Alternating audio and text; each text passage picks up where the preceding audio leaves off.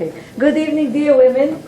First of all, let's ask בעזרת השם שיגיע המשיח, צדקנו במהרה בימינו אמן, שהגיע מבשר אליהו, נביא אליהו, תשבי אליהו, נברא ממשך בן דוד אליהו, נביא זכור לטוב. Amen. Today, dear women, we are going to continue תומר דבורה בשעה טובה. And I would like to tell you this weekend, this Shabbat, is called Shabbat Shkalim. This is Shabbat, which we read also Parashat Shkalim. The parasha is from the portion of the week that is called Kitisa, where there you can read about Chet HaEgel, the sin of the golden calf. But I would like to tell you, Parashat Shkalim is about counting the Shkalim, the Chatzi Shekel, the half of a shekel, that each Jewish person should have given to Beit HaMikdash. He should have given it to Moshe Rabbeinu then, but then afterwards it was for Beit HaMikdash. Why? Because we count the Shkalim, we remind the Jewish people before Passover. Because on the first day of Nisan, we take all of the money from the Jewish people in order to buy sacrifice, for the Tmidim. Sacrifice is called Tmidim, which in Beit HaMikdash we used to bring to sacrifice in the morning and also at night. And from the money that they gained from the children of Israel, they bought sheep and things for the sacrifice. You understand? So we gather the money on Shabbat Mevarchim Rosh Chodesh Adar, which means on Shabbat when we bless. This Shabbat is the Shabbat Mevarchim, the Shabbat of blessing, the month of Adar. למה שקלים? לא משפטים? עוד פעם, שבת שקלים זה נקרא שבת הזאת. This Shabbat is called Shabbat Shkalim, it's the Shabbat of... פרשה קוראים משפטים. רגע, כן, עוד לא הגעתי לפרשה, אני אשאיר את זה רגע בצד. This Shabbat is, because there are four, you'll see in Shulchan Aruch, there are four Shabbatot that have different names. They are not only called Shabbat. This is Shabbat Shkalim, then there's also Shabbat Zachor, and there's Shabbat Para, and there's Shabbat HaChodesh. And all of them is around from Chodesh Adar, for the month of, before the month, the Shabbat of blessing, the month of Adar, until Nisan, until the month of Nisan, the four special Shabbatot. Okay, so this is the Shabbat that is called Shabbat Shkalim. And it's a custom that people start to take money, in order to remember to give money, charity, also for Purim, but also for Chodesh Nisan. So everybody we can, as a synagogue, as a community, buy also matzot and things for the people who do not have. So they remind the Jewish people, all the people before Chodesh Nisan, 30 days before Chodesh Nisan, because it says that you have to learn the Jewish law, and it means the halachot of the month of Nisan and Passover 30 days before the holiday starts, which reminds us how quickly the time passes. We are almost in Purim, and from there to Passover, it's nothing. So this is the time that reminds us. And don't forget, it says also, the Midrash says that Parashat Shkalim, we count the Shkalim. Shabbat Shkalim, Zachor, Shkalim, Para, ומה עוד הרביעי? Oh, we have Parashat Shkalim, Parashat Zachor, Parashat Para, and we have Shabbat Para, Shabbat Shkalim, Shabbat Zachor, Shabbat Para, and we have Shabbat HaChodesh. All of the four special Shabbatot, it's mentioned in Shulchan Aruch, are exactly from the Shabbat of blessing, the month of Adar, until the Chodesh, the month of Nisan. So all of them are just now gathered together, dear women.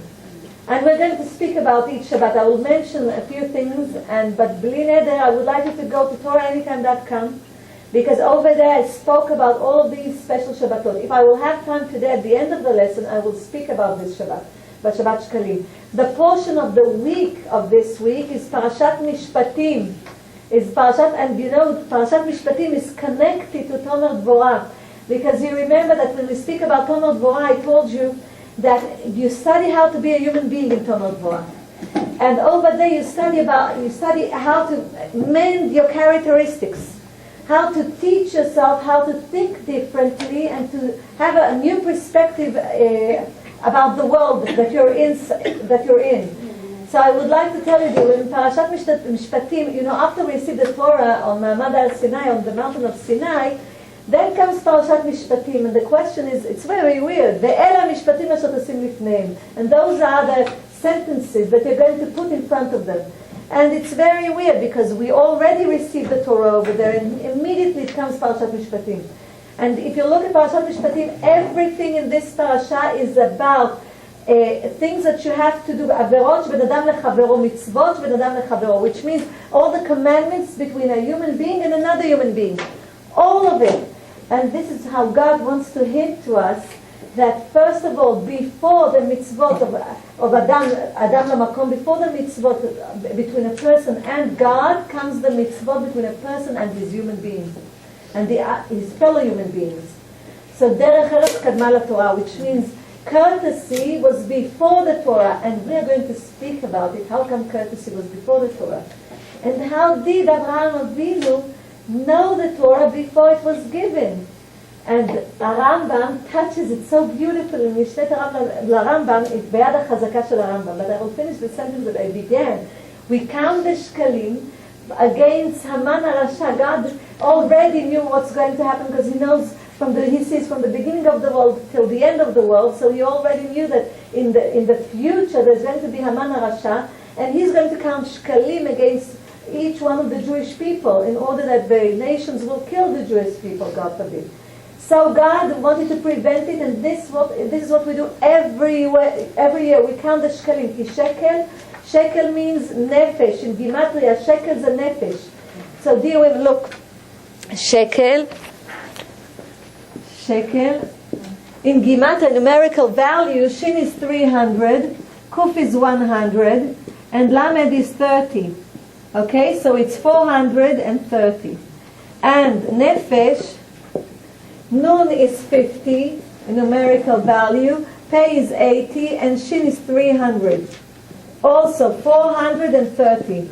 So dear women, because money is also blood, damim, kesef ze damim. That's why God said we will prevent it from the beginning of the nation of the Jewish people. So these are part of the things. It's a beautiful Shabbat. Shabbat Shkalim is a beautiful parasha. And we read part of it. So Be'ezrat Hashem, if you want to have more information about it, please go to TorahAnytime.com. You'll see it over there. Be'ezrat Hashem, I spoke about Parashat Shkalim, Shabbat Shkalim, and also Parashat Mishpatim. It's a beautiful parasha. When we had the lecture about abortion in the Jewish law, I gave you, remember I told you the only place that a miscarriage, not an abortion, miscarriage is mentioned, was here in Parashat Mishpatim.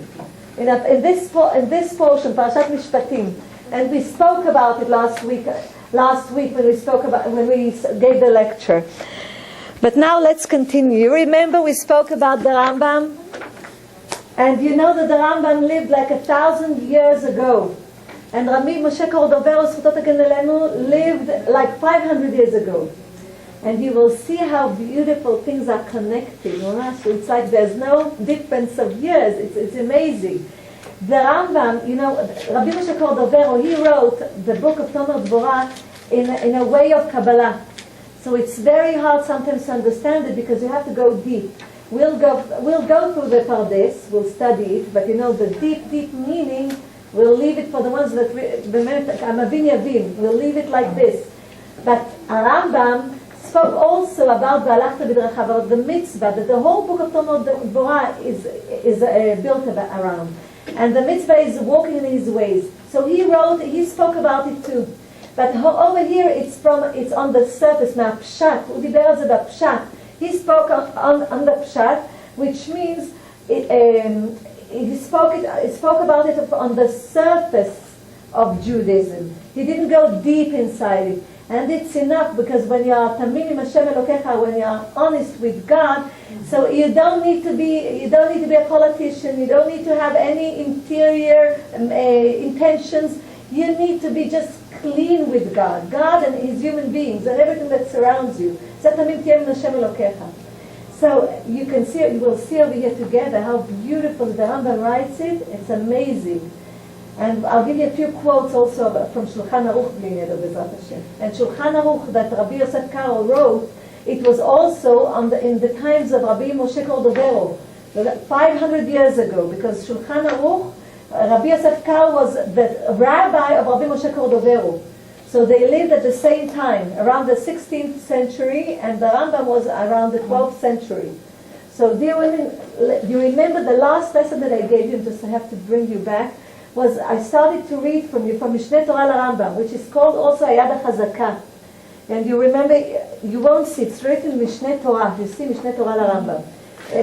In the middle, it's what the Rambam wrote. Okay? The translations, which means that interpretations, are around it. You see all around it. And it's usually written in Chtav Rashi, in a writing of Rashi around it. But I would like to tell you, when the Rambam wrote it, he referred to inside Hilchot Deot. Hilchot Deot means the characteristics commandments. But he referred to Abraham Avinu. He goes back to Abraham Avinu. And we're going to go back to Abraham. And the question is, why does the Rambam refer to Abraham Avinu when he writes Hilchot Deot? And I'll give you the quote where he takes the pasuk, the verse about Abraham Avinu, how he taught his children to go in the ways of Hashem. But meanwhile, I will just remind you that the last thing that we did in Mishneh Torah LRambam is we spoke about the Rambam writes that there are different characteristics to human beings, and they can be extreme from both sides. Remember, one can be very angry, has anger all the time, and one can be like a dead person. Once in a few years he gets angry. And there's one that has a lot of lust for money, and there's one that does not consider money as the most important thing in the world. There's one that can be a cruel person, and one can be very kind. So there are extreme characteristics from both sides. And what does the Rambam say? And especially now that we had the things in Israel, there were extremes also from the religious side. So what does the Rambam say? What does the Torah say about it? So look how beautiful the Rambam says. He says, יש קצוות הרחוקות זו מזו שבכל דעה ודעה אינן דרך טובה ואין ראוי לו לאדם ללכת בהן ולא ללמדן לעצמו. He says every extreme, and it doesn't matter if it's in the bad extreme or the good extreme, both of them are not good. They are not good ways to go through. He says both of the ways, both of the extremes are not good ways to go through. And he says, ואם מצא טבעו נוטה לאחת מהן או מוכן לאחת מהן או שכבר למד אחת מהן ונהג בה יחזיר עצמו למוטה וילך בדרך טובים והיא הדרך הישרה. He says, if a person feels that he's in one extreme, either extremes, he should remind himself to go to the right way. But what is the right way? Okay, so what does the Rambam say about it? He says, הדרך הישרה היא מידה בינונית. The right way is the middle path, the middle course. This is the right way. You shouldn't be too angry, and you shouldn't be apathy. You know, you shouldn't be a person that does not have any feeling or get angry totally. So there's the middle way is the middle course. That is the right way, he says. שבכל דעה ודעה מכל דעות שיש לאדם, which means every characteristic. The middle way is the right way, he said. והיא הדעה שהיא רחוקה משני הקצוות ריחוק שווה ואינה קרובה לא לזו ולא לזו. It's a privilege to read the Rambam. I want to tell you. Now you're listening, you know, the Rambam is with us now. You have to understand, when we study from a tzaddik, when we go to the next world, to the true world, this tzaddik comes and says, they studied in my book. They have merit, זה ממש ככה. They have merit because they studied from my book. They read what I said here. I come over here to defend them. זה ממש ככה, it's a court. Are they going to come? Yes, they come to defend the people that studied mamash from their books. And they come to defend this soul, mamash kaka. So Rabbi Moshe Kordover זכותות הגן עלינו. And we have LRambam, Rabbi Moshe ben Maimon, בעזרת השם זכותות הגן עלינו. כן. I have to ask you a question. There are lots of people that you meet along the way that, you know, we all grow spiritually, we all grow religiously. And some people you meet along the way, oh, you're so extreme, you're so this, you're so that. But everything's really relative to where you are and where you're going. For today, like today, a lot of us are probably doing things that we never dreamed we'd do 10 years ago. So, but the people around you, they look at you like you're a fanatic, you're extreme. So really, there's like, when you say the middle road, for each I'll person, explain it's it. something No, else. I'll explain it. Wait, we just started. We'll speak about it. Don't worry, we'll come to it. It's also the tzaddik. When we mention the tzaddik, his neshama, it shows up right away. And he's listening and watching us, what we're doing now, He is with us in the lesson. The soul is with us because it gets a permission. So like we do Leilun Ishmat, when we do Leilun Ishmat, like Madeleine did for her mother last week, then the soul gets a permission because the soul knows that it's especially for her in order to elevate the soul in the true. Because over there's also levels. Also in paradise there are levels. So the soul gets a permission from God to come and to listen. So now it has a permission. LRambam has also a permission to listen to our lesson. Amen. So and I will explain bli neder bezrat b'siyata dishmaya. I will explain bezrat Hashem. So it says behi hada'ah shechoka mishne ktzavot, which means the characteristic should be in the middle, far away from the two extremes, from both sides. It says שווה ואינה קרובה לא לזו ולא לזו. ולפיכך ציבור חכמים הראשונים שיהיה אדם שם דעותיו תמיד ומשער אותם מכוון אותם בדרך האמצעי כדי שיהיה שלם. He says that's why all of the sages said that you have to put all of your characteristics in the middle course, in the center, and not to be an extreme in one place and not to be extreme on the other, which means if you don't want to give tzedakah, this is an extreme in one side. And if you want to give tzedakah, you shouldn't give more than the highest one. Agira says, the Gaon of Vilna says, it should be the highest one is chamishit, is the fifth of what you earn. And usually it's tenth of what you earn, dear women. So it says you can have ayin tova, a good eye, and you can have ayin benonit, which means a middle eye when you give the tzedakah. But then don't give everything you have and don't leave anything to your children. You understand? So this is also an extreme in tzedakah. You have to go in the middle way, in the middle course.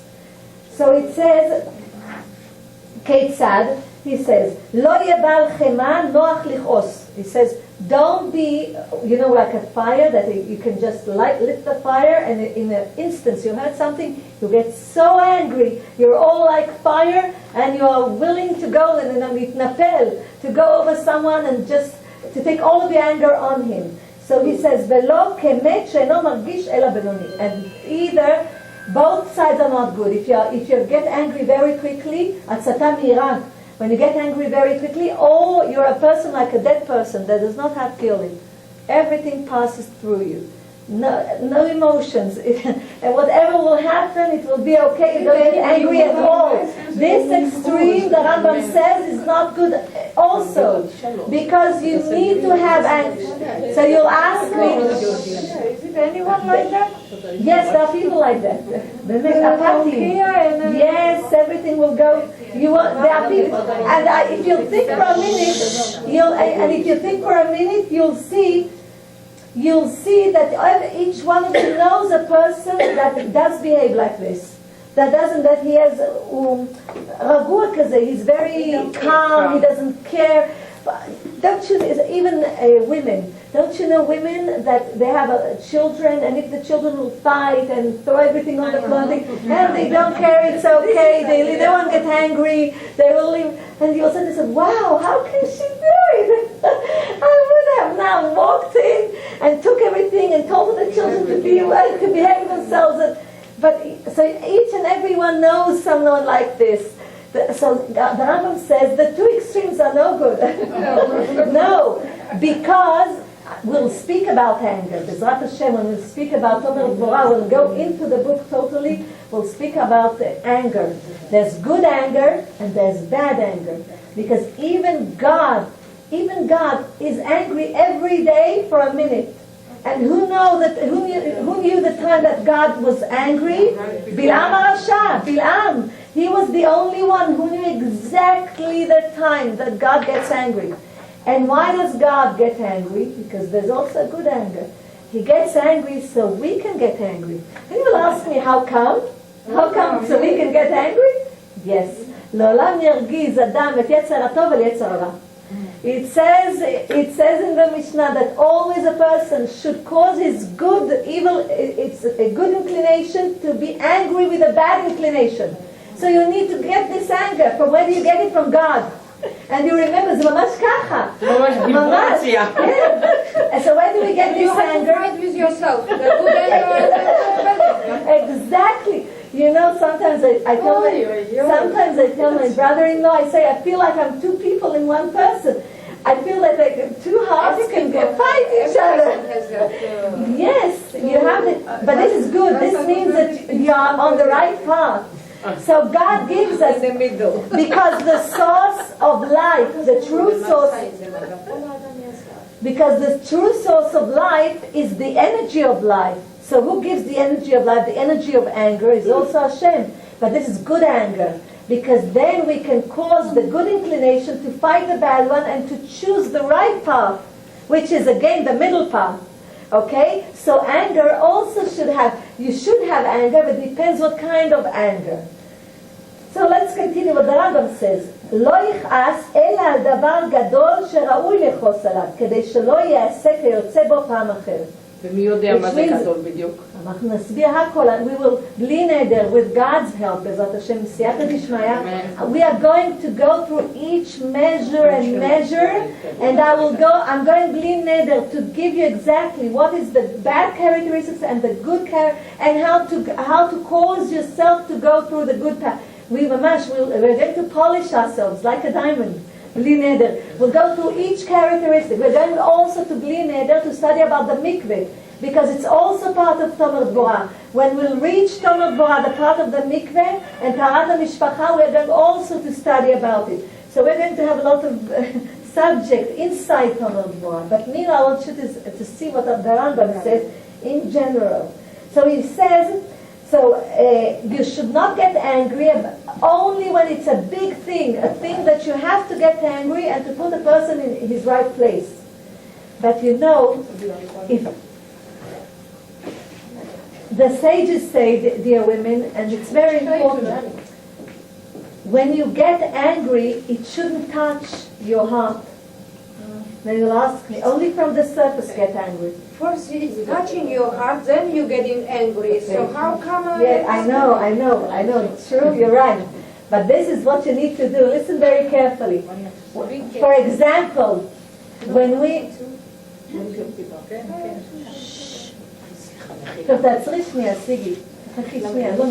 Okay, dear, so I told you shouldn't get... the sages say, בממש כתוב, that you should not get angry with your heart. And why? When a person gets angry with his heart and then he curses, God forbid, someone, or he shouts, he says something wrong, תדעו לכם, he has power. Why? Because it was all of his heart.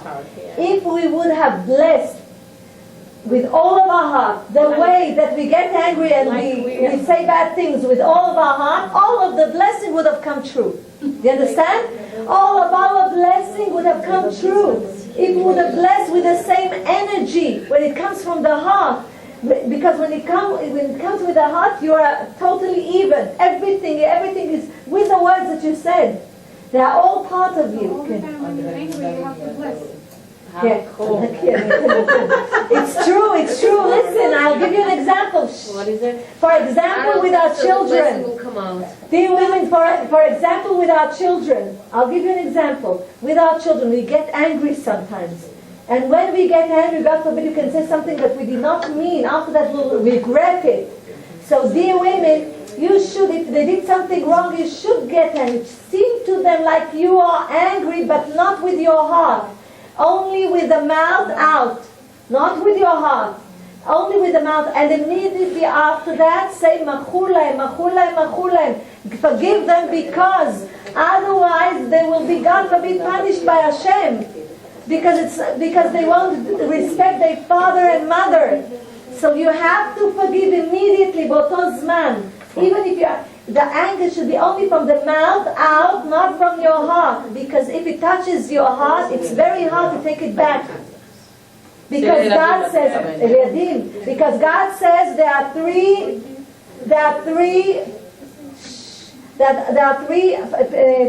three things that are part of one human being. It's HaKadosh Baruch Hu, it's God, and it's the mother and father. So God says, if the child respected his mother and father, then God says, Ashchina b'neim, the Shechina is in between them. And God says, I'm happy to be among them because they have Shechina among them. But if, God forbid, the child does not respect his father and mother, then God says, it's good that I'm not among them. Now, when a son does not behave nicely to his mother or a daughter, it doesn't matter. Dear women, and we take it to our heart, it's written up there. Because we took it to our heart, it's a mamash, and then we cannot even forgive, because it won't be a true forgiveness. Even if we forgive, because it touched your heart. So that's why when we speak to the children, we're angry to be from the mouth outside, but not with the heart. And another thing is that when we see one of our children does something that is not right, we should say, for example, that he does not want to go and daven. For example, he has energy to listen to music, to do other things. He does not want to daven. And you know what happens? The evil inclination wants us to get angry with the children, because if we'll say something wrong, so the evil inclination has more power upon this child. So what does it want us to do? He wants us to fail with our mouth, because the mouth has a lot. The mouth has power. Look, last week we read about the 10 Commandments. Yeah. And over there, we have in the 10 Commandments, it has power. And a very strong power. So once we do not do, and it says also there's a Chol Yom Shabbat Lekadsho, which means you have to remember the Shabbat in order to sanctify it. And then it says 6 days you should work.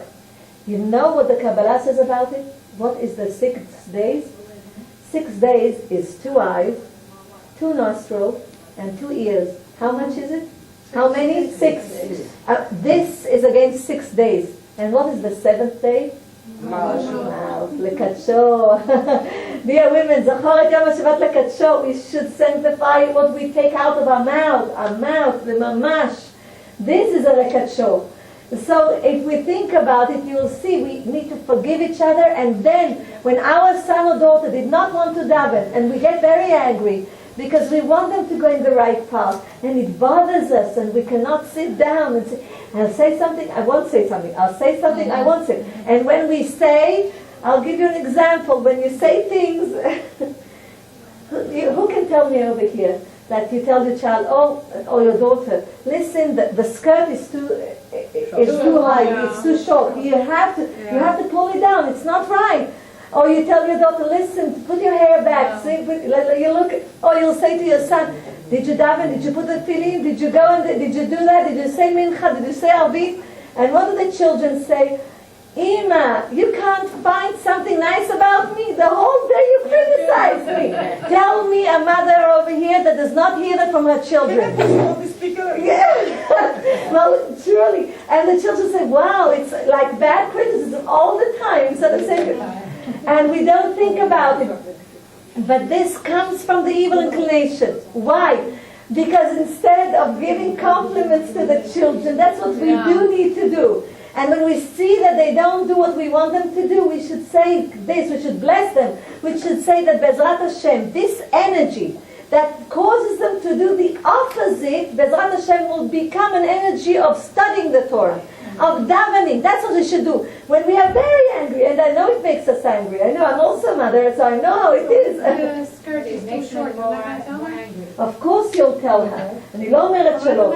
But when you see that it's too much, because sometimes it causes the children to go to a different extreme. וזה גם לא טוב, and it's not good.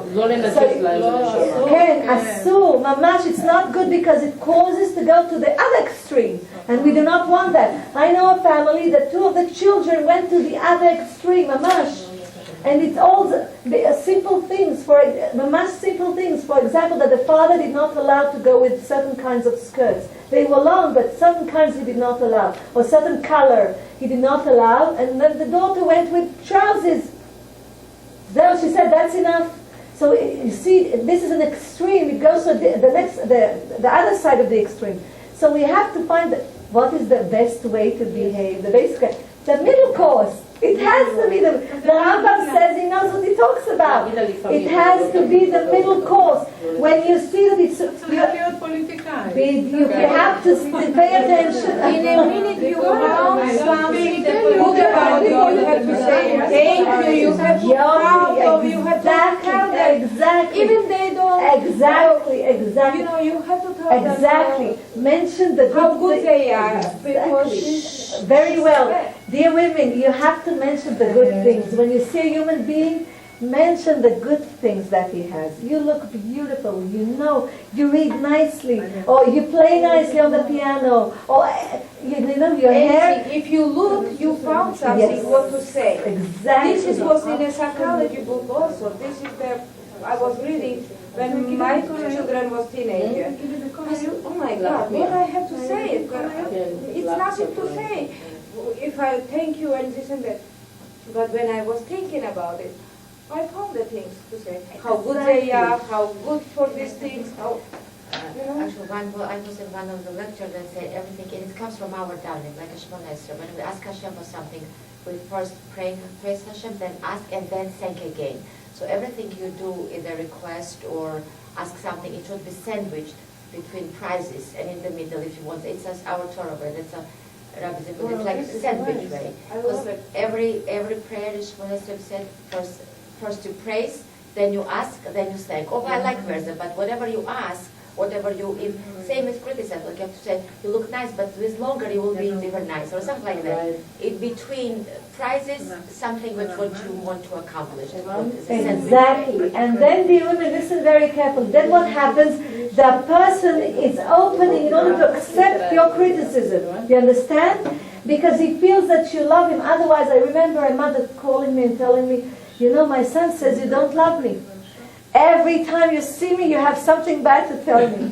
She says, it's not that I have something bad, I understand it. She says, I love him. And everything, he's good, he's beautiful, he's smart, everything is... But you pay attention to the things that are wrong and you want him to go in the right way, so you mention it. So I tell her, first of all, stop criticizing him. Because it causes problems. So these are the extremes. You have to find the middle course. And everything starts, even when we want our children to behave in a certain way, everything starts with davening to Hashem. We have to ask from Hashem, please God, see that our children will go in the right path, will do the right thing. When we see that our child does not want to put tefillin or to daven, then we have to ask Hashem.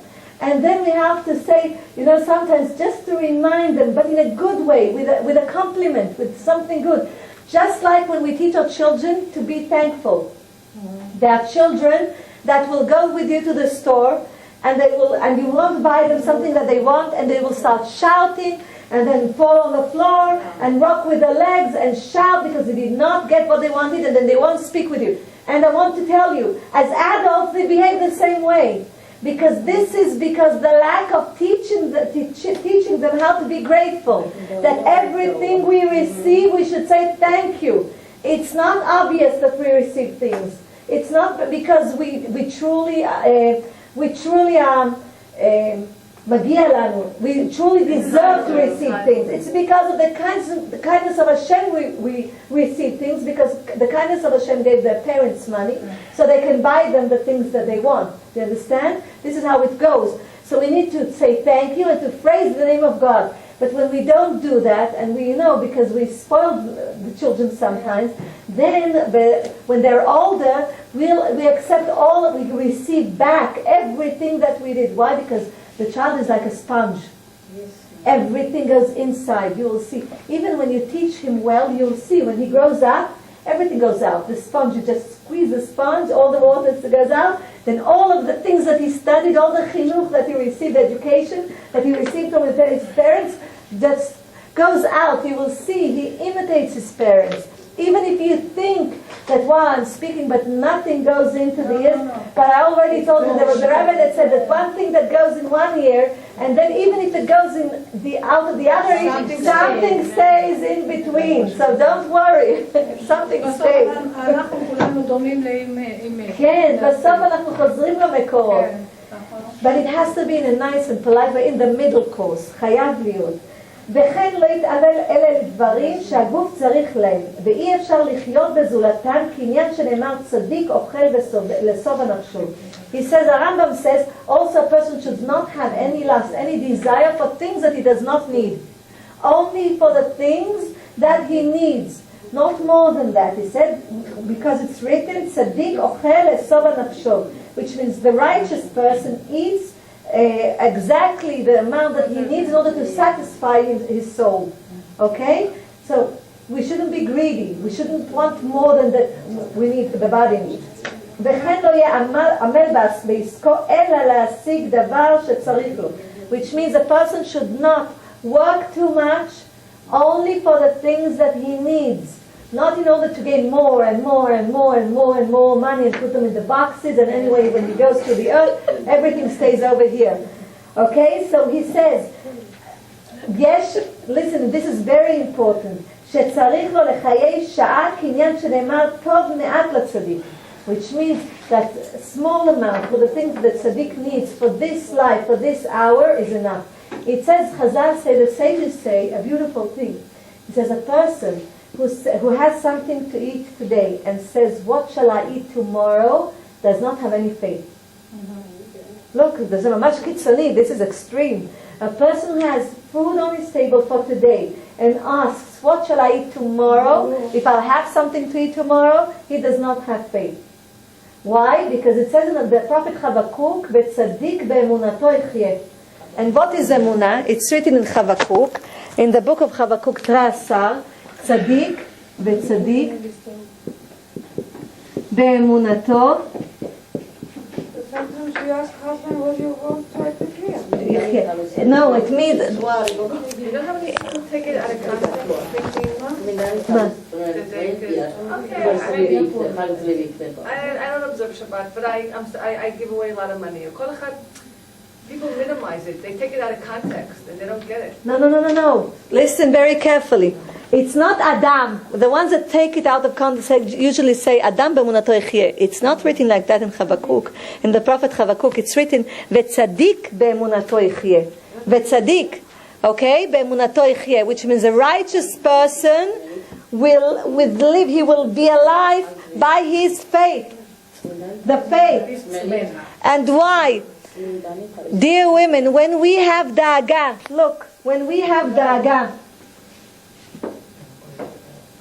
when we have worry,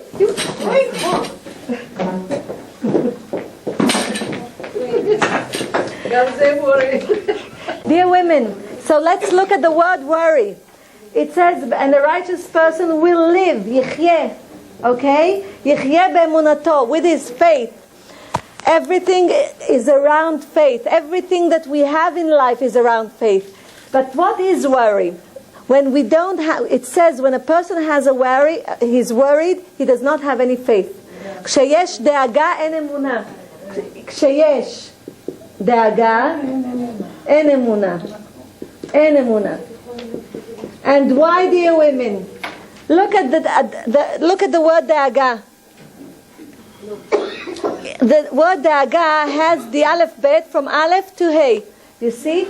It has his aleph, and then it has bet is missing, and then it has gimel, and then daled, and then hey. You see the aleph bet? Aleph, gimel, daled, hey. Worry in Hebrew. You see the aleph bet? No. Here again. We have aleph from the aleph bet. After aleph should be a bet, but we don't see the bet. After bet should be gimel. After gimel daled, and after daled hey. So all the letters are here, except for the bet. Okay. What is bet? Ze bracha. Bet is bracha. When a person has da'aga, worry, he does not have a blessing, and he does not have bitachon be'Hashem. He does not have the confidence in HaKadosh Baruch Hu. Look, it's not, the word da'aga is not written like this because it's a coincidence. Because it's from Hashem, so we will understand the hints. From the Pardes, da'aga is worrying, which means the bet is missing. You see, dear women, the bet of bracha, the blessing, and the bet of bitachon in Hashem, the confidence in Hashem is missing. So, dear women, when a person has a worry, he does not have faith in HaKadosh Baruch Hu. Why? Because if we understand and we remember that everything comes from HaKadosh Baruch Hu, and everything that happens to us, and every person that comes to us and does not behave nicely to us, comes from HaKadosh Baruch Hu, because God sent him.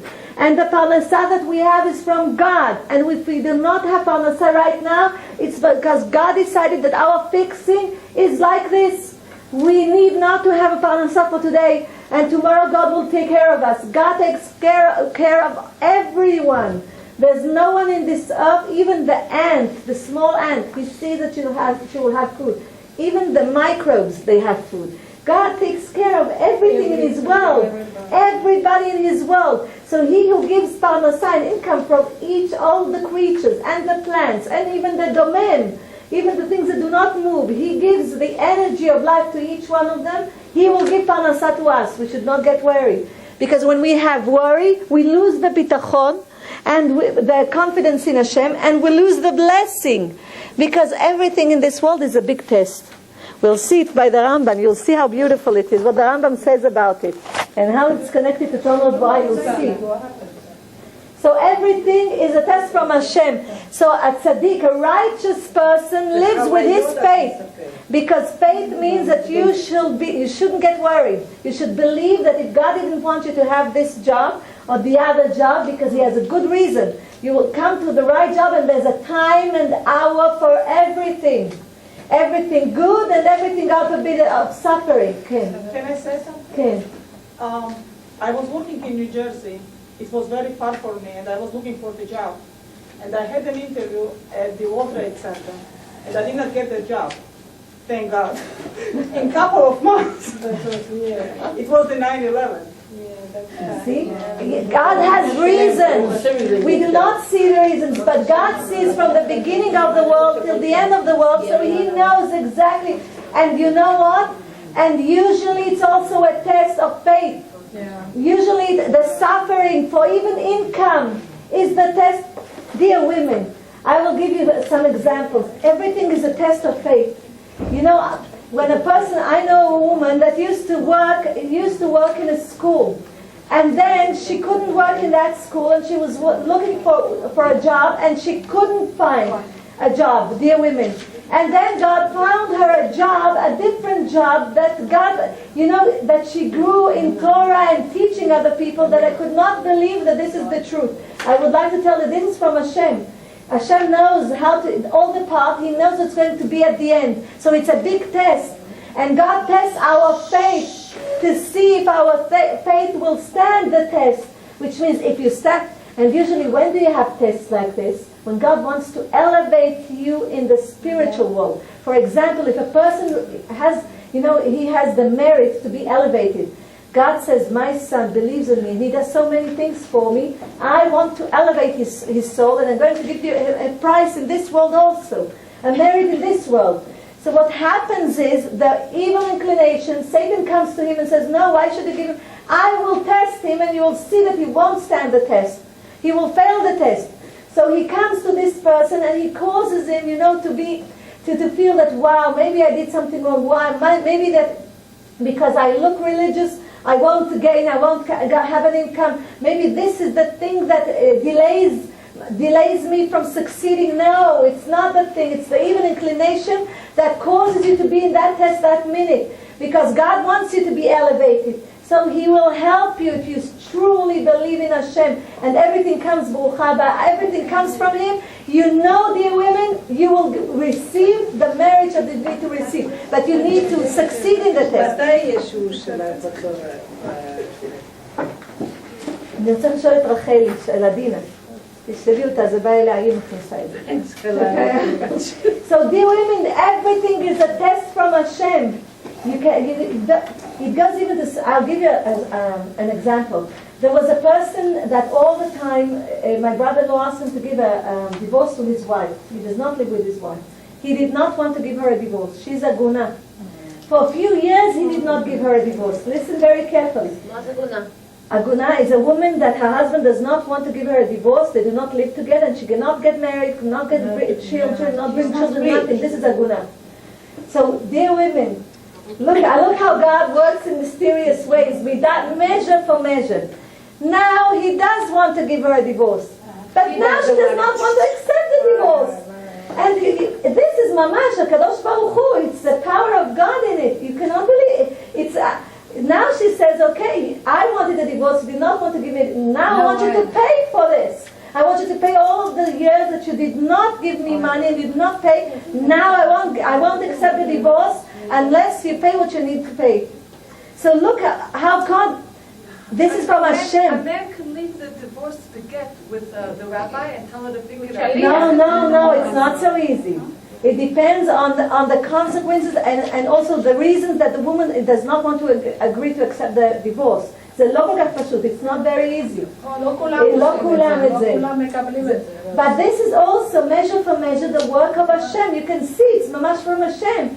When this person decided that he wants to give her, she doesn't want. So it's because you would think a prisoner would give everything just to be free. And this is Hashem's work. It has to be Hashem's work. So even in small or big things, you can see that this is mamash the hand of God, hashgacha pratit, mamash hashgacha pratit. So you should look at your life and be true with yourself, and you will see that everything that happened in your life is for the best. Because even if you did not sometimes we think that something is good for us, and then, in a further look, we can see that it wasn't good for us, but God knows if it's good or not. That's why it's better, we always should ask God to bless us in things that He thinks that is good for us. Even if we ask from Hashem, He knows truly what is good and what is not good for us. He should give us exactly what is good for us, and we should accept it. This is emunah. This is the true faith and bitachon and confidence in Hashem, that everything that He gives us is for the best. If He told us to do something and we did it, this is only for the best. If we did not receive this job, we will not accept it to this job. This is only for the best, because God knows what's good for us. If our child was moved from one class to another class, this is only for the best, because God knows what is good for our child. And everything, even the smallest things in our lives, everything is from Hashem. If it prevented us from doing something, it's from Hashem. If the person is desperately job and cannot find a job, how it can be good for her if she doesn't have money to either God will survive? find other ways that the money will come to her. If she believes truly in Hashem, God will find a way that the money will come to her. You have to understand, the money and the gold and the silver belongs to Hashem. It does not belong to us. We just cling to it very tightly, but it's not ours. We buy buildings, we buy batei mischar, businesses, dear women, but everything stays here. Nothing stays for us. We have more than we need. There are people that have a lot more than they need for themselves. Instead, we should gain, it's written about Rothschild. You heard about Rothschild? He was a big banker, a rich man. And there was a newspaper reporter that came to him and asked him, tell me, how much money do you have? And he thought for a minute and he said, this and this is the amount of money that I have. And he told him, the newspaper reporter, he says, well, you should be true with me, because I know this is not the amount. You have a lot more than that.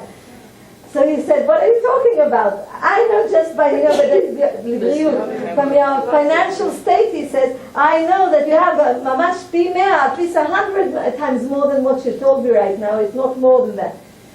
So Rothschild told him, he was a religious Jew. He told him, everything that I told you now is the money that I gave charity. Because this is the only thing I have. All of the money that I have does not belong to me. Amen. I can have it, and in a minute I won't have it.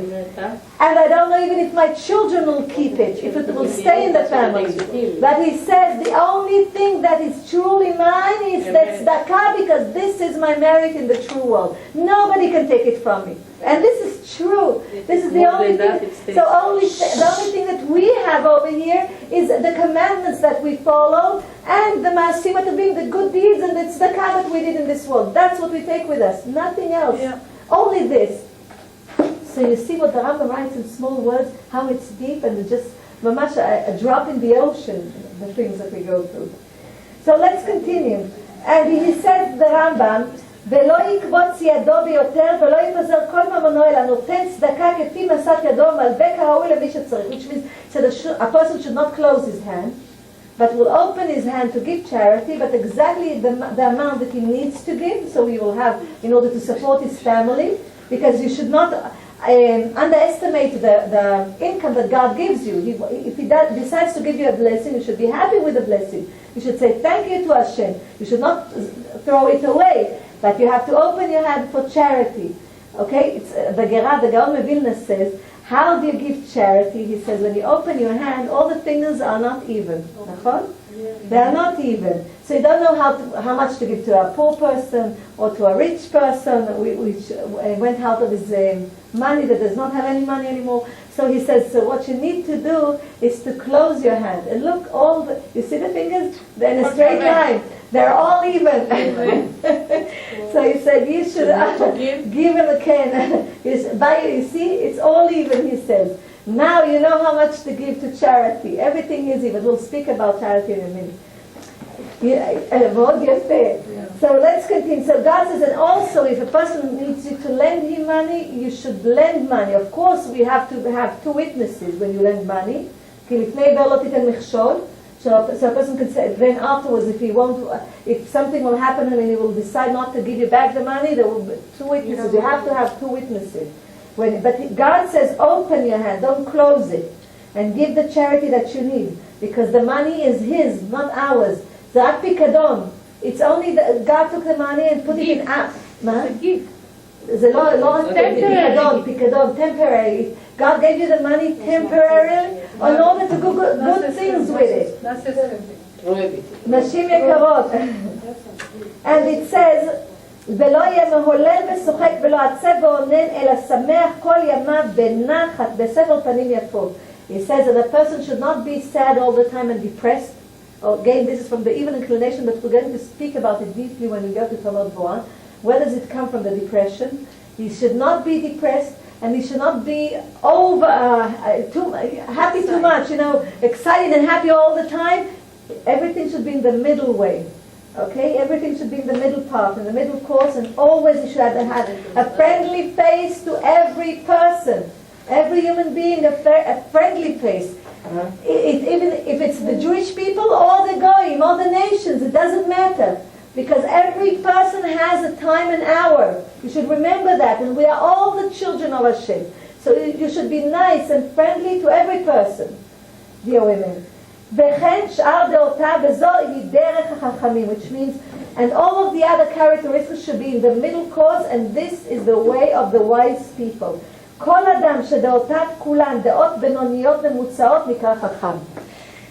The conclusion is that every person, that his characteristics are in the middle course, midah benonit, middle course, is called chacham, is called a wise person.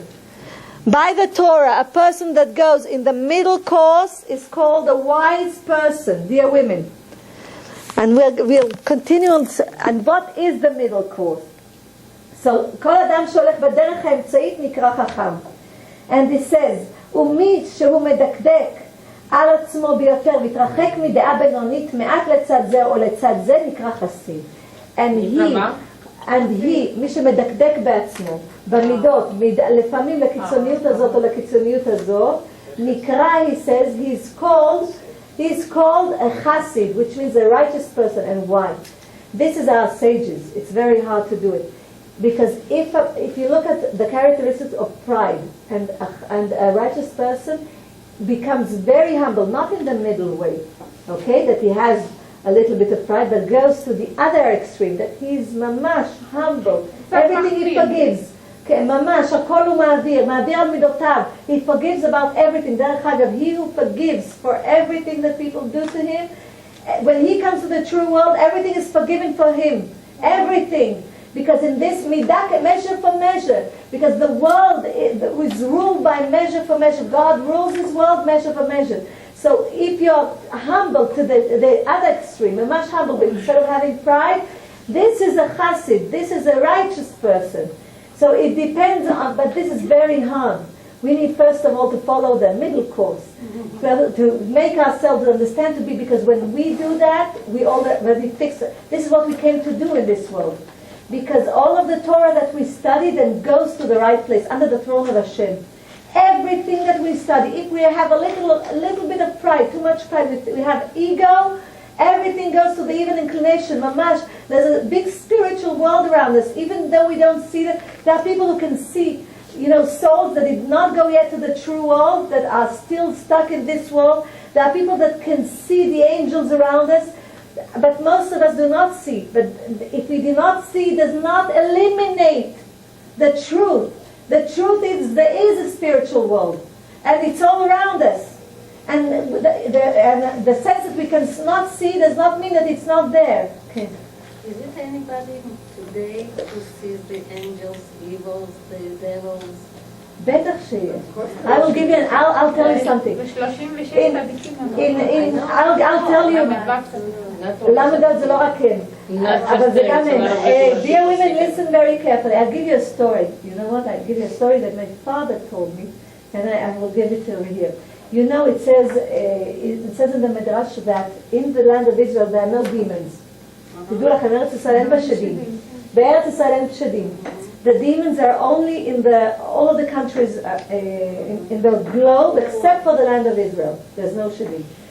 So his grandmother was in Yemen when they came to Israel. She told him, he was a young child, and she told him a story. She said, she told him this, that in the land of Israel there are no demons, but in other countries there are demons. And she told him that in Yemen, when she used to hear in her house, when they went to sleep, the demons cooking and doing things, ממש, מרגישים את הכלים זזים, in the kitchen. The things are, the pots and things are moving like somebody is cooking and doing things. She said, this is true. מה? אפילו במזוזה. It's like when you go to the toilet. So when you go to the toilet, there's over there, yes, a spirit inside. A toilet that is constant, כאילו מקום קבוע that you go to the toilet. Every toilet has a spirit over there. You should keep it So it says, so the Midrash says, that's why the door of the toilet should be closed. A little bit open if you want to freshen up the place. We spoke about it when we spoke about halachot, the commandments. You remember the booklet? מה יש שם? יש רוח שם. עכשיו הרוח הזאת, it says, there was a sage that said that he saw this spirit, and he spoke to it. And this spirit does not harm you unless when you come to the toilet, you are very stressed and angry. That's why you remember I told you about halachot, it's written in Shulchan Aruch, you should be calm, not stay for a long time over there. You don't need to read in the toilet, because there are people who take the things and read it in the toilet. You do not do that. You should stay there the amount that you need and go out, and you should not say anything holy inside this place, because it's not a holy place, okay? So once you say if some tefillah or something comes in your mind, while you're in the bathroom, you said to start counting 1, 2, 3, 4. Rabbi Akiva said when he went to the toilet, he said he starts to count numbers in order not, because what happens? Dafka, just purposely, when you go to the toilet, everything holy comes to you. It comes to you.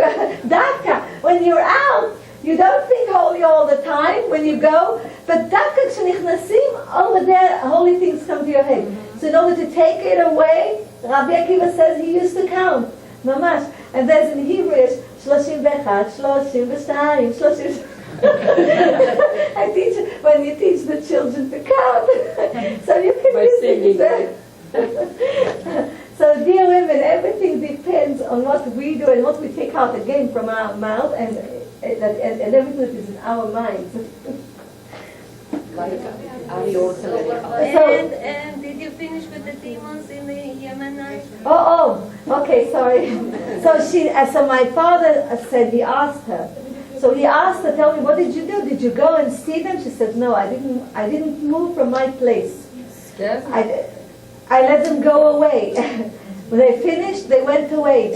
And there are demons. I won't give you the story today because I want to finish the LRambam today, what I can at least. Because there are stories also that there are demons, around places of water and also around trees. And I will give it from the Midrash. There are mamash, demons that pay money to a person not to take them out of the place, because if they say holy things around it, they have to go from that place. But they live in that place. So in all the countries, except for the land of Israel, except of Israel, the Holy Land, there are demons in all of the countries. זה תלוי בטהרה. בית מבולקל ובלגן הם מתיישבים.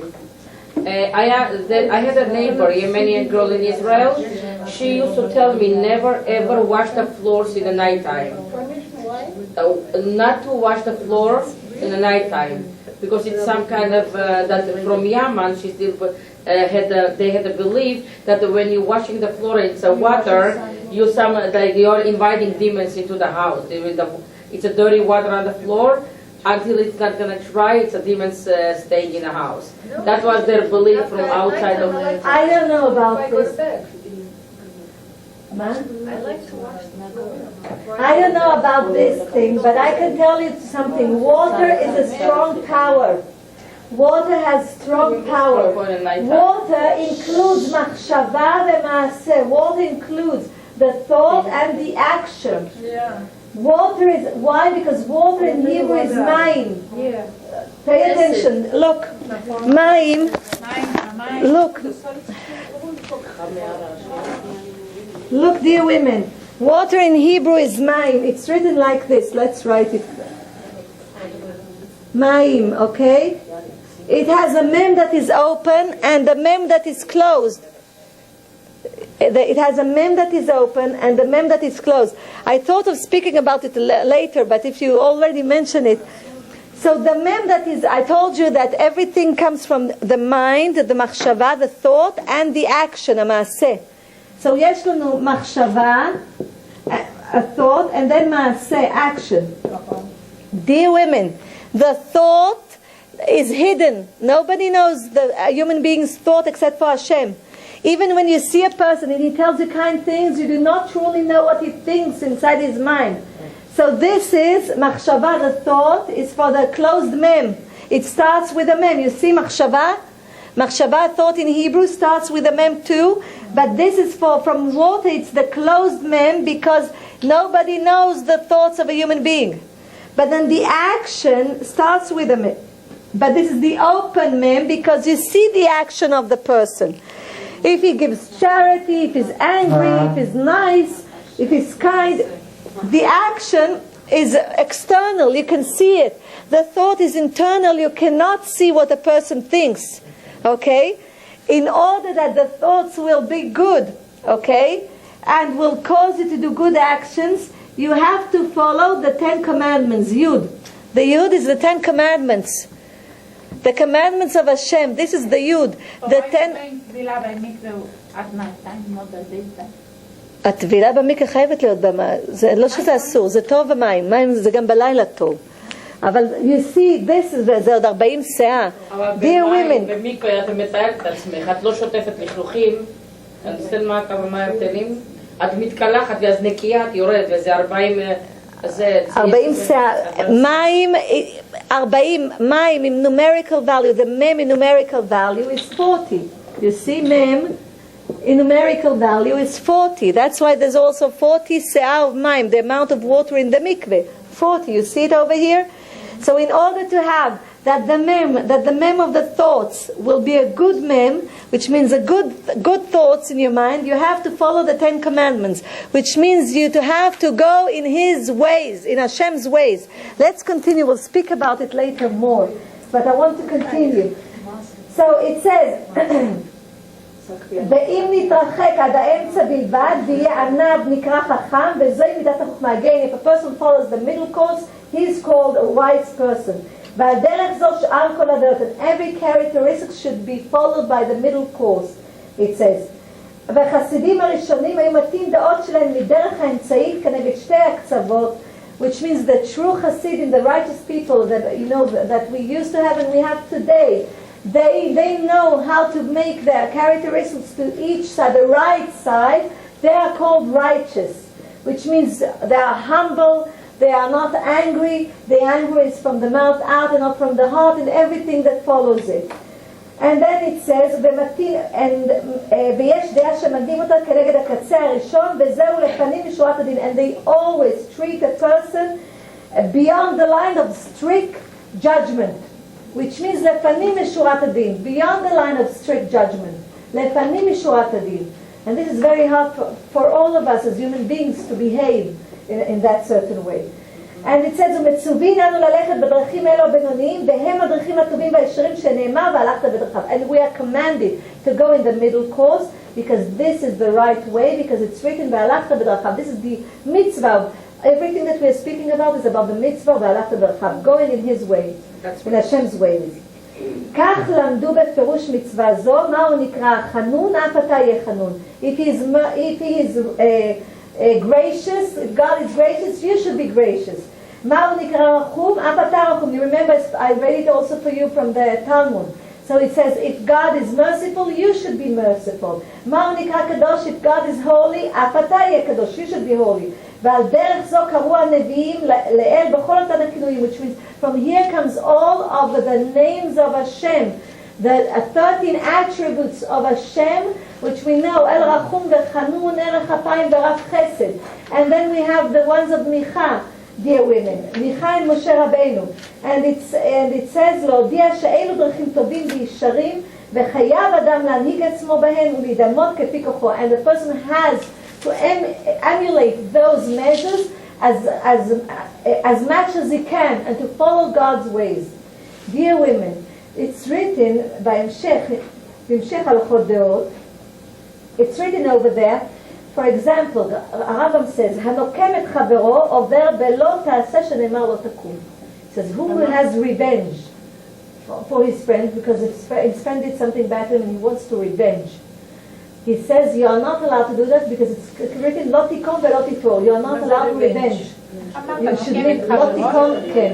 הנוקם את חברו עובר בלא תעשה שנאמר לא תיקום.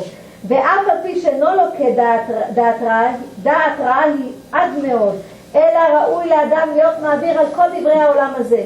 He says it's a very bad characteristic to have revenge. He says a person should...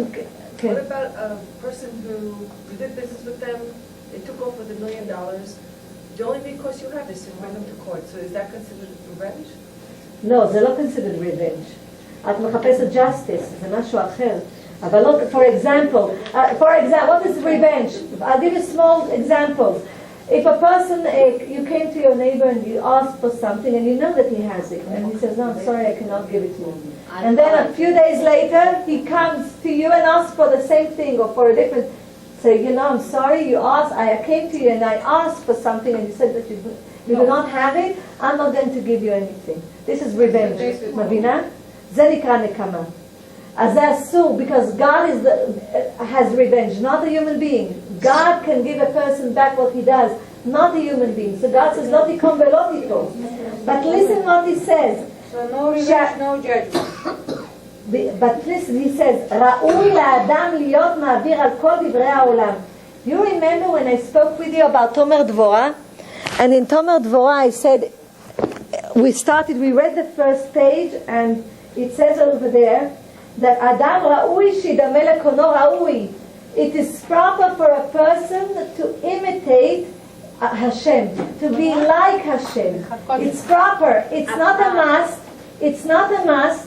It's not an obligation. He writes it, Rabbi Moshe Cordovero, it's proper. And look what LRambam writes. 500 years before him, he writes, Ra'ui le'adam liyot ma'avir al kol divrei ha'olam.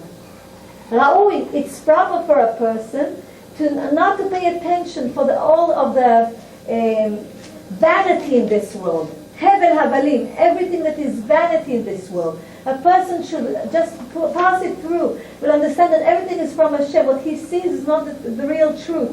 This is a false truth. It's like an optical illusion, what we see in this world. It's only a test. And we have to go through the test and succeed in them in order to gain the next world. We have a period of time to be here and then to go to the next world. So we have to go through it. It's part of us.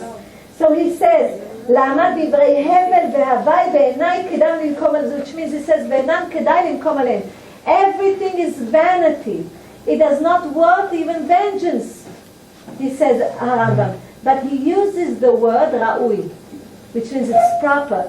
And we know, lelechet b'drachav, to walk in his ways, it's a must, because God said, this is what, you remember I gave you for Parashat Ekev from the portion of Ekev in Chumash Dvarim, this is part of the commandments, lelechet b'drachav.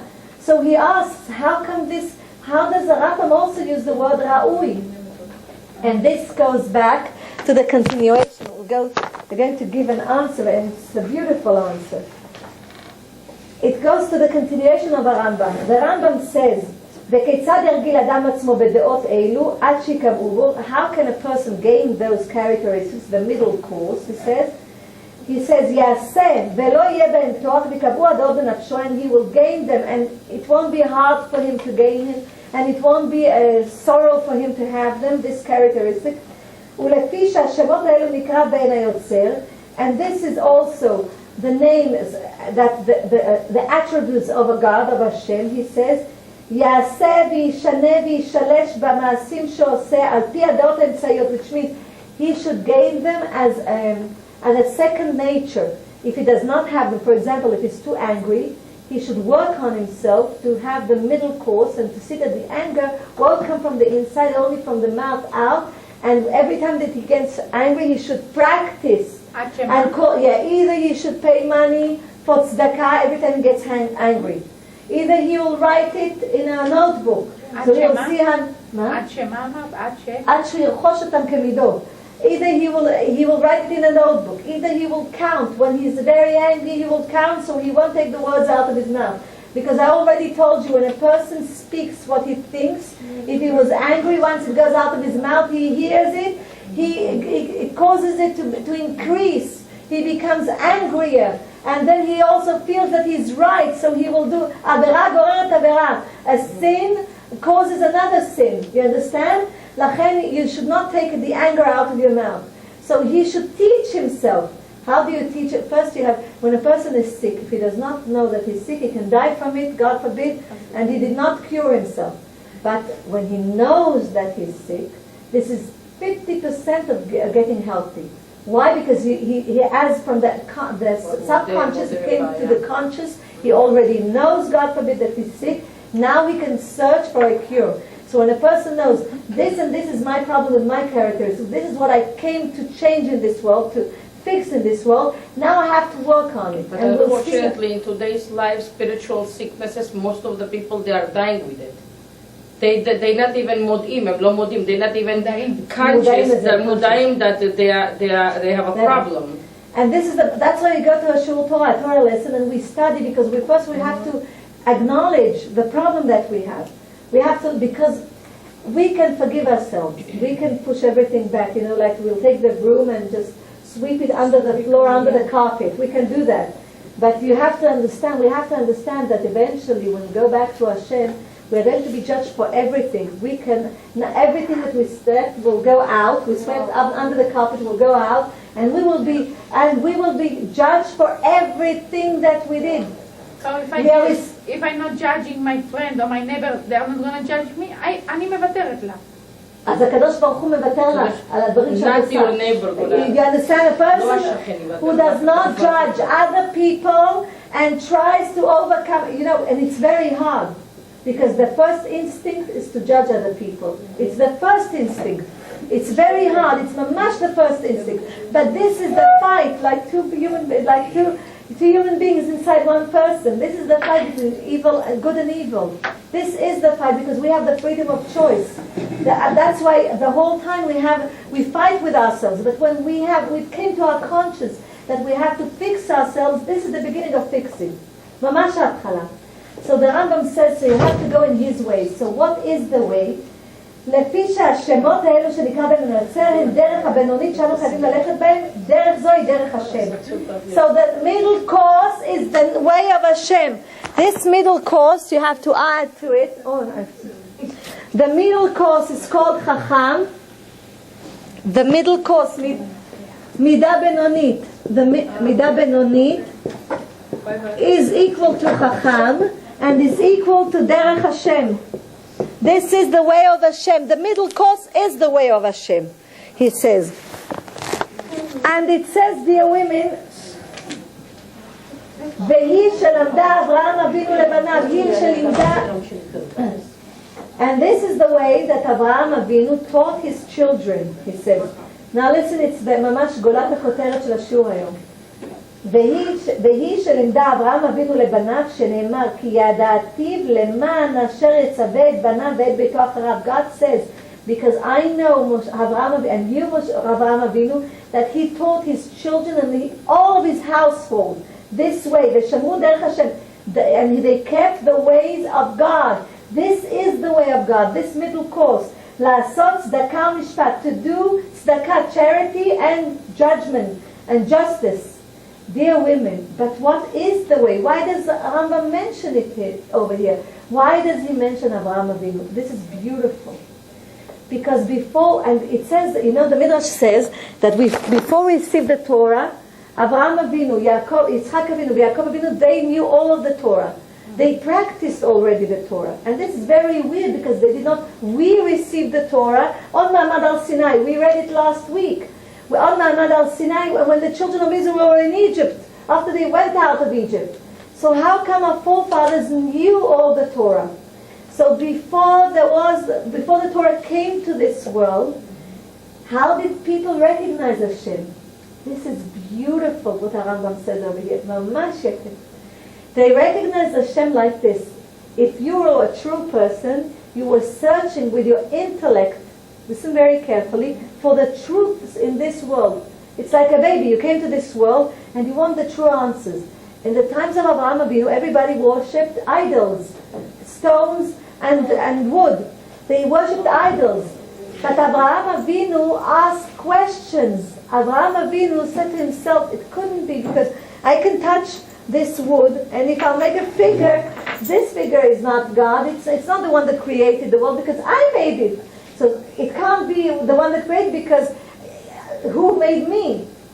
So he said, he saw the sun, and he said, maybe the sun is the rule, because if there's a birah, there has to be Baal birah. If there's a capital, there has to be an owner of the capital. So he said, maybe the sun is the God in this world. So he started praying to the sun. He prayed and prayed and prayed. So listen, what did Avraham Avinu do? So with his intellect, he analyzed what's happening in the world. He saw how God provides for each one of his creatures. He saw how the world has mamash galgalim, circles that go around the world, mamash, and provide for the world. And he said, I'm going to study from the attributes and the actions of the one that created the world, and I'm going to imitate it. For example, when Shalem it says Melchizedek, it says in Tehillim, you remember about Melchizedek? Melchizedek is Shem ben Noach. Melchizedek greeted Avraham Avinu when he came after the war with the 4 kings, you remember? And over there it says that because of jealousy, Avraham Avinu opened his house to welcome all the guests, from 4 sides he opened his, so nobody would have to bother himself in order to come to his house, and he gave food and everything to the people. Why? Because he asked, look how he studied, he asked Melchizedek, he said, how come God blessed you after the Mabul, after the flood, and he saved you? So Melchizedek said, we did charity. So Avraham Avinu said, what kind of charity you did? Because you didn't have people with you, it was only your family, only Noach and his 3 sons, his wife, and their wives. So what kind of charity? He said, we did charity with the animals. With the animals. We fed them around the clock. We fed them, we did not sleep all the time. We came and fed them around the clock. So Avraham Avinu said, wow, God saved them from the whole humanity. He saved Noah's family because of the charity that they did with animals. Alachad kama v'chama. Furthermore, if I will do charity with human beings. Do you understand? This is the way of studying what Hashem does in this world. Because, now this is very important, listen very carefully. What is the image of God? What is Tzelem Elokim? Dmut v'Tzelem, Tzelem v'Dmut bara Kadosh Baruch Hu et Adam. Na'asa Adam b'Tzelmenu k'dmutenu. What is the image of God? So God created us with the organs, mamash, eyes, ears, nose, hands, legs, all of the organs that we can, by ourselves, by the organs that we have, can know Hashem and study the ways of Hashem in this world. Because you can see, in chapter Tzadik Daled, 94 in Tehillim, it says, היוצר Yishma, which means he who created the ear will not hear. So we know that God hears. Pay attention. Okay? He who created the eye will not see, God sees. You understand? So if God, it's beautiful because if God sees, we have the ability to see this world. 93 אמרת, נכון? 94, 94. 94. הנוטה האוזן הלא ישמע, היוצר עין הלא יראה. Dear women, which means that we have like a parable it's called, or fable, נכון? יש fable זה משל ונמשל, נכון? Yes. Fable זה משל. Nobody knows what I'm talking about? Yes, we understand. It's called fable in English? Mashal is Parable it's also, okay, parable and a moral, and a moral, Asna. מעגל it's a שפרה. parable and a moral lesson. מעגל צבע שפרה. So we study by the parable in order to gain the moral lesson. So if God, it's the same thing. God sees but is not seen. Dear women, do we see our soul? No. We cannot see our soul. Okay, so our soul sees but is not seen. It's the same thing like God. It's parable to this because the soul can see but we cannot see the soul. How do we know if a person has a good soul or a bad soul? We know it by the actions that he does in this world. Because the actions are the ones that are seen in this world. So we know by the action that a person does. So Avraham Avinu studied from creation. He looked at the creation with his intellect. He understood. בשכל, זה ממש התבוננות שכלית. ממש בשכל, he knew, and from this he studied. And from this he imitated Hashem with his attributes. ברוכה הבאה. From this he imitated Hashem. ברוכות הבאות. With Hashem's attributes. So dear women, before the Torah was received, you could imitate Hashem by studying his attributes with his actions in this world. This is what Avraham Avinu did. He taught his children to follow the ways of Hashem by looking at the actions of Hashem in this world and following it. So he saw that Hashem, that God, is all about mercy and love. He has mercy over all of his creation and love for all of his creation. He provides for everyone. So Avraham Avinu started to provide for all of humanity. But it was more than that. Once Avraham Avinu recognized this, you can say he saw the truth. This is the total truth. This is the truth. It was like the truth now was naked. It didn't have any shells on it. Mamash. Because what happens when we have shells over the truth, we cannot see the truth. Sometimes the lies in this world covers the truth in such a sense that we cannot even reach the truth. We cannot even touch, we cannot see the truth. But once we can see the truth, we are already elevated in the spiritual world. Once we can see, we took off all of the shells. This is the truth. So imitating God, following his ways, is by looking at all of his attributes which are through his action in this world, and through this Avraham Avinu and Yitzchak Avinu and the three forefathers and Yaakov Avinu already knew the Torah because they already followed. It's like the laws of life in this, the laws of creation in this world, dear women. So when the Rambam says it's proper that a person will follow the ways of Hashem, and then Rabbi Moshe Devora says that it means it's proper in the sense that it's not only a commandment. It's not only a commandment to follow. You have to follow also because of watching and learning and studying the attributes of Hashem in this world. It has to be also through the intellect.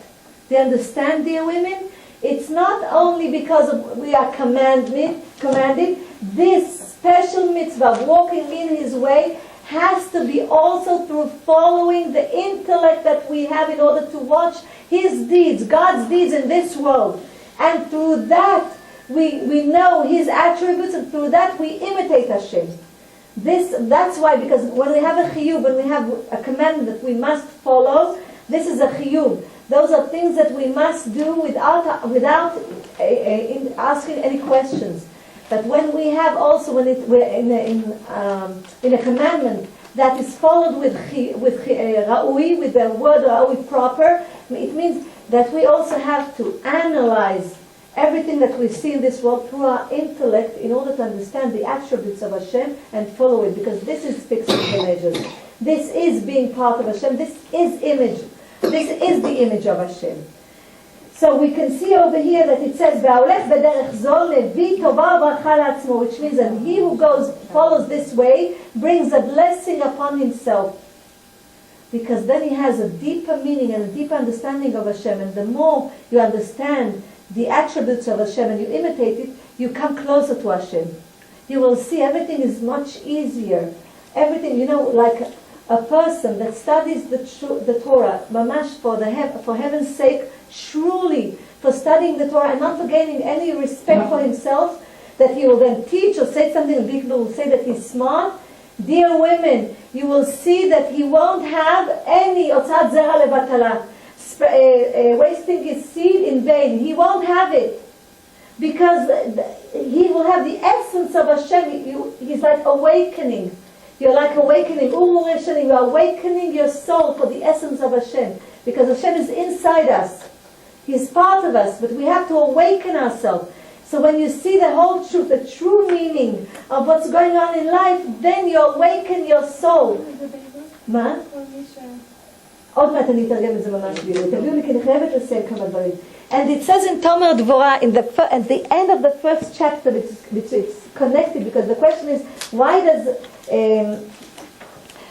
Tomer Devora, the end of the first chapter, take it just in English, it says over there,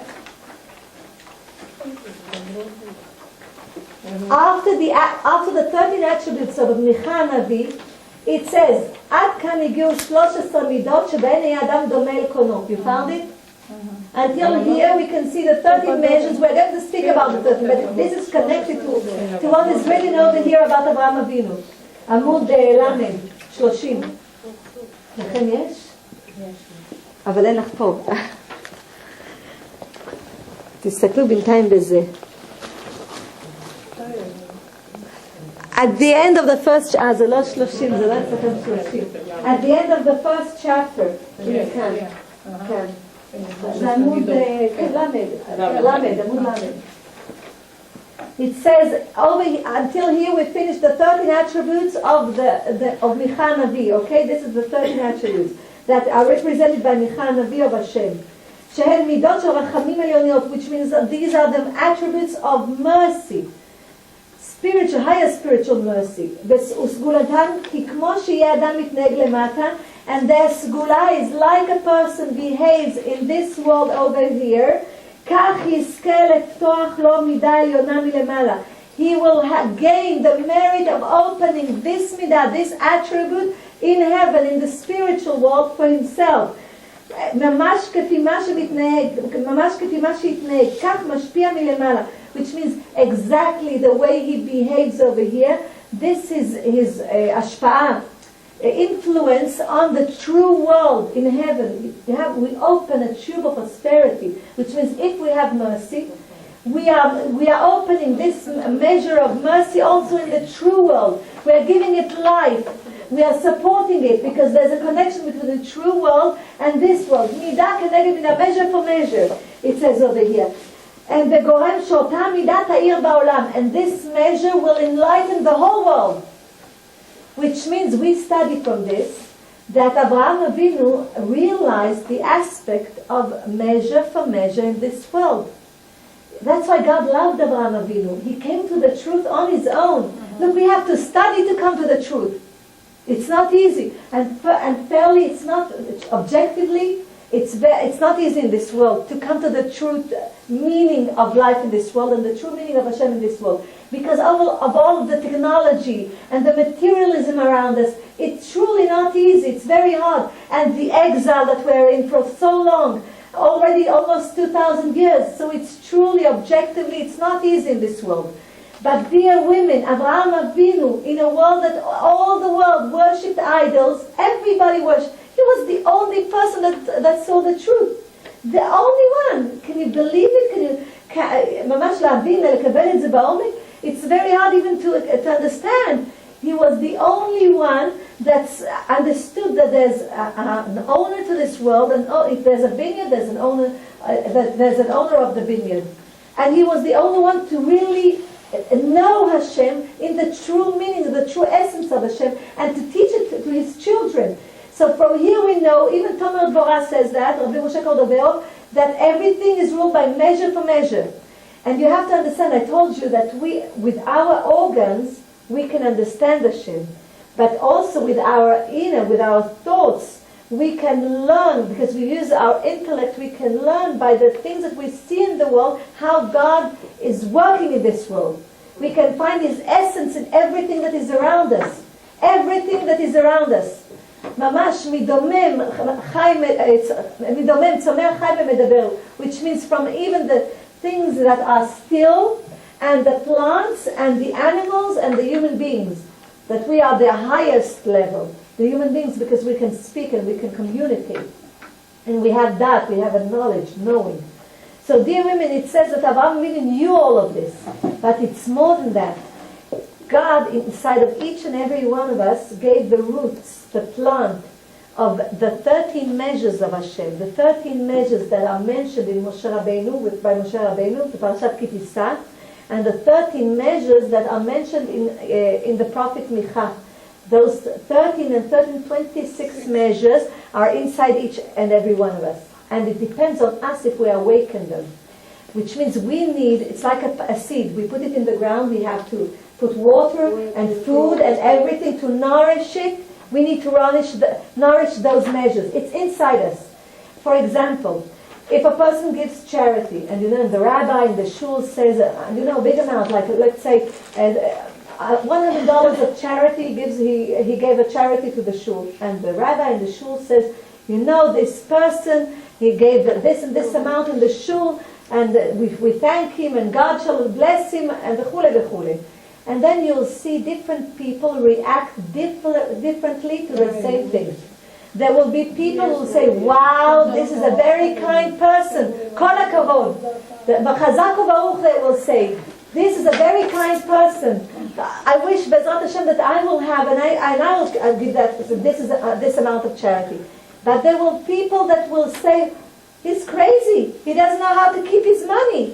What does he do with his money? He throws it to the street, to other people, instead of taking care of it and putting it in the bag and maybe buying for himself another thing. He's crazy. He doesn't know what to do with his money. Those people have the same roots of measures of a Kadosh Baruch Hu, of God in them. But the difference is that this person that said Kol HaKavod, that that this is a righteous person, it's good that he did that, I wish I can do that, that he gives, this is a person that has Shayachut Lamidah, which means that he has a belonging, he already nourished this attribute, this characteristics of charity in himself. So this characteristics already gained roots to the deep and to the length and to the width. You understand? לאורך, לעומק ולרוחב. This measure, מידה הזאת כבר נטעה בתוכו כבר לכל הצדדים, which means this measure already grew inside him. That's why he has a connection to the measure. The one that said that he doesn't know if he's crazy, he's throwing his money away for other people, this is a person that even though he has the midah inside him, but the midah is like dead. You understand? Because he did not nourish this characteristic. That's why he cannot even understand the measure. Because it stayed like a seed, because if you have a seed and you did not do anything with it, it will stay like it is, and it will rot. So he did not do anything, which means that God created us with all of His measures. We have a connection to His measures, so we can recognize it in our thoughts, in our intellect, and in our organs, in order to understand His actions in this world. We can imitate His actions. He is merciful, we can be merciful. He buries that, He buried Moshe Rabbeinu, we can go with our body and we can bury other people. This is a big mitzvah. He came to visit sick people. He came to visit Avraham Avinu 3 days after the circumcision that Avraham Avinu had. We would go with our body, with our organs, to that with all of our body to go and to do bikur cholim, to visit sick people. So everything we study from Hashem, everything that He does, we have the. You understand? We have the ability through the way that God created us. We have the ability to help each other and to understand Hashem, to see the real truth. The question is how we're using those abilities. We need to use them better. Yeah, But in order to use them, we need from the subconscious to come to the conscious, that everything that we see is, because sometimes we think that we see reality as truth, but it's not. It's like optical illusion. It's not the real. This is the false. This is a lie in this world. It seems that people are bothering us, but truly nobody bothers. This is Hashem. Hashem is bothering us. The nations are bothering the Jewish people. It's because Hashem causes them to bother us, because we do not do what He wants us to do. You understand? This is the truth behind the scenes of what we see in this world. So Avraham Avinu saw this truth, which was not easy for a single person to see this truth in this world. So God loved him, and He taught this truth to His children, because this is a very special mitzvah. The whole commandments we received on Ma'amad al-Sinai, the oral Torah and the written Torah, on Ma'amad, when we received the Torah on Har Sinai, the mountain of Sinai. Dear women, but this mitzvah was from the beginning. This mitzvah was not a new one or renewed one. This is the mitzvah that we have to follow the same way that Avraham Avinu followed it. This is what the LRambam tries to teach us. The same ways, which means it's not only to follow and to go and walk in His ways, but also to use our intellect in order to lidbonen, in order to find Hashem in this world, in order to understand His attributes and to imitate them. So it's not only to follow the commandment because we are obligated to follow it. It's deeper than that. This is the only mitzvah in all of the 613 mitzvot that it was already from the beginning of creation. The mitzvah that you have to use your intellect in order to find the essence of Hashem in this world and to imitate Hashem in this world. And more than that, Avraham Avinu taught his children, it's not enough to understand that everything in this world is measure for measure, which means to cause this attributes of Hashem to grow inside you in order that it will fulfill you. You know, once you do a good thing, you feel that all of your organs are happy. You know, it says when a person dies, all of his organs come and testify against him. And when you do a good thing, tell me over here, don't you feel happy? All of your body feels this emotion of happiness. You feel it inside you, which means all of your organs are happy. Because all of them know that you already did something that is connected. You imitated one of the attributes of HaKadosh Baruch Hu Hashem. So it says, Avraham Avinu says, that it's not enough. The LRambam states it, and it's beautiful. It's not enough to understand that you're doing measure for measure and you're bringing light to this world, but it's more than that. You have to have a kavanah, which means you have to concentrate on that measure. For example, if I'm giving a tzedakah, I have to concentrate on the measure of tzedakah. Why? Because when you concentrate that you want to grow this measure inside you, you cause that this tube of prosperity, of charity, will come over not only you and your children, but all of the children of Israel, all of the world, all of the nations, everybody gains from it. The kavanah, which means it's not enough, the intention. It says over there, ולקח אל יליזו מעיני השכל 13 מידות אלו, which means השכל, he uses again, Rabbi Moshe Kardon uses the munach, the word, the term שכל. שכל is brain, the intellect, he says. והפסוק לא יסוף מפיו כדי שיהיה לו למסר, which means the 13 attributes should not go out of your mouth. So you should know them, and you should know everything, every action that you do, to what section to put it in the 13 attributes of HaKadosh Baruch Hu. For example, when we know that HaKadosh Baruch Hu is Erech HaPayim is Sablanut, which means God has patience. He has a lot of patience for all of us. Because God forbid, if He did not have patience, we wouldn't have been here for a minute. He has patience that we will do tshuva in front of Him. He has patience that we will recognize the truth in this world. And He does not take us before it's our true time. So God has all the patience. This is a tchuna of patience. This is an attribute of patience. And it says, כאשר יבוא למעשה שיצטרך להשתמש במידה אחת מהם, which means you have to remember in order that when you have this opportunity to do kindness or to do something that is part, which everything is part of the attribute of Hashem, you can put it in the right category and just widen this attribute towards the world, because the kavanah, the intention, brings prosperity to the whole world, not only to yourself, but the whole world. This is called Naaseh Adam B'Tzalmenu Kidmutenu, which means then you are part of recreating the world with Hashem. And it says, ויאמר, הרי דבר זה תלוי במידה פלונית, איני רוצה לזוז ממנה, שלא תתעלם ותסתלק המידה ההיא מן העולם.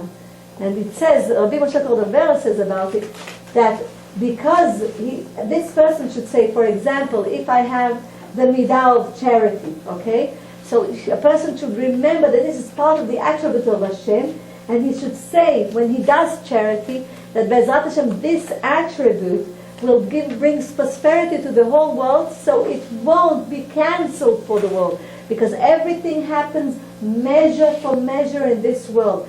So it depends on us, mamash. It depends on us human beings, our Jewish people that know the Torah, to recognize, to acknowledge Hashem in this world, and to bring His light to the whole world. It's not only to us as a Jewish nation, but to all of the nations, to the animals, to the plants, because once we bring prosperity to the whole world. Then we are part of recreating the world, mamash. We are called human beings. We have the merit to be called Adam. And this is really the true mitzvah, the true commandment of following His ways, walking in His ways. This is a special commandment. It's the only commandment that uses also the intellect. It's the only commandment that was before even Matan Ma'amad. It was obvious to Avraham Avinu before we received the Torah on Ma'amad Har Sinai. And you will see that God eventually gave the prophets the 13 attributes, even though we can come to this conclusion without having them. But God already saw the generations that it will be hard for them to know the attributes. So God wanted to help us. He gave the attributes. The 13 attributes that Moshe Rabbeinu received, El Rachum V'Chanun Erech Apayim V'Rav Chesed Be'emet, and then the 13 attributes that Micha Navi, the prophet Micha, received. Okay, Mi Al Kamocha Noseh Avon Uber Al Pesha, which means we have 13 from each side, 26 attributes. And may Hashem bless all of us, B'ezrat Hashem, that we will see the true meaning and the true truth of Hashem in this world. ושיגיע בעזרת השם משיח תתנו מרב אלינו אמן, ושיגיע במסר אליהו הנביא זכור לטוב, ולאדם יפרד אדם לך באור מדבר, לך יחיד ברבים ולך כרבים. God bless you.